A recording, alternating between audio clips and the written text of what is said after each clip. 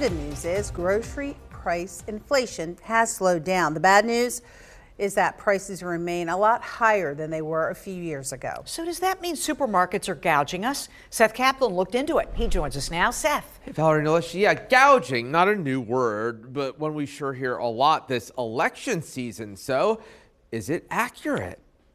It just costs so much. At suburban supermarkets. My job doesn't even pay enough. Urban ones. You get half a gallon now for what a gallon used to cost. Rural ones. Milk, eggs, fruits and vegetables. That's Emily Dayhoff and Addison. Well, you're holding the receipt. Did you pay?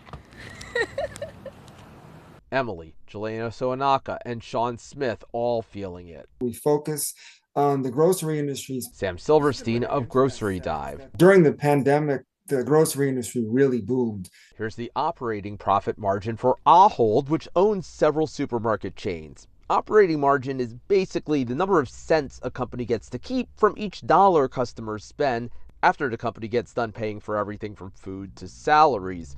Ahold went from keeping less than 4 cents of every dollar in 2019 to keeping as much as 6 cents of every dollar in 2020, but then that slipped again. So big chains like Kroger and Ahold Delhaize, which owns the Giant company in your area, have actually seen their earnings and their sales really be much more under pressure than they were before. Companies in other industries have much higher margins. Apple, for example, sometimes hits 30%. You can expect that Apple is going to make a lot more money on that iPhone when everything is all said and done than a grocer would be on selling, say, a gallon of milk.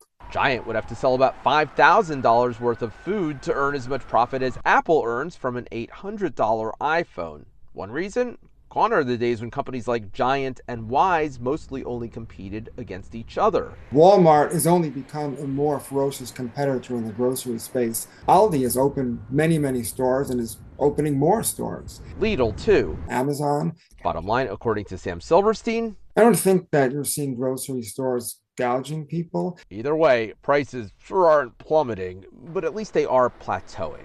It stopped surging as much as it was.